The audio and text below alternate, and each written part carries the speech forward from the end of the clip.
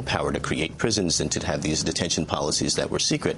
And so to the extent that the executive order calls for that compliance, it's a very good thing. I think the loopholes are in terms of it allows the CIA and other groups to, consistent with national security, that's the quote, to consider what types of interrogations they should be doing. There's a huge loophole there, which is you need to comply with the Army Manual unless national security dictates otherwise. That's how I read it. And if that is the case, then we are really back to where we were before.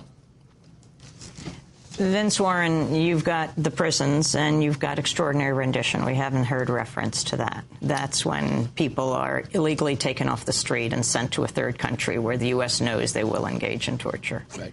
It's a tremendous problem, and I think it's a glaring hole. I think that one way that the Obama administration could have dealt a more decisive blow to the illegal Bush policies and even the rendition policy, which originated under Bill Clinton, is to specifically reference this and to say that we are going to disavow this policy and we're going to make right the renditions that the government has done in the past, including to the Center for Constitutional Rights client Maher Arar, who was kidnapped and sent to Syria, even though he was on his way to Canada.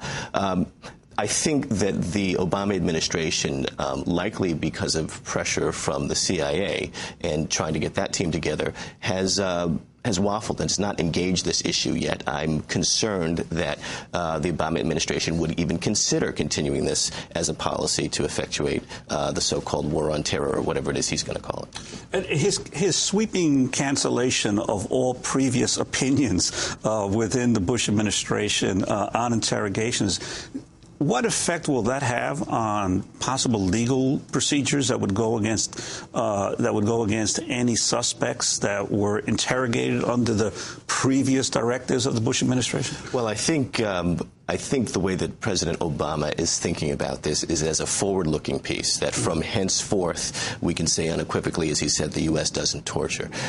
So moving forward, I think for people that are detained and interrogated, I think that those guidelines apply. With respect to people that have been detained and interrogated already, it is less than clear at least what his intention is. But I think as a practical matter, because this president has the courage to recognize torture when he sees it, doesn't absolve the previous administration, the previous interrogators, and the people that designed that policy from their responsibility for what was clearly torture, even before this president said we're not going to do it anymore. But what I'm saying is that wouldn't, as defense lawyers, for instance, for any of those people who might end up in a federal court, would the defense lawyers be able to say, look, even the government itself now recognizes that these policies were torture because the president has canceled them all?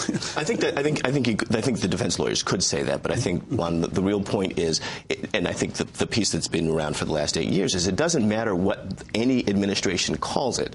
The law knows it to be torture, and that alone should be enough to have a court do the right thing with respect to those clients. Vince Warren, I want to thank you very much for being with us, Executive Director of the Center for Constitutional Rights. This is Democracy Now!, democracynow.org, the War and Peace Report. Juan?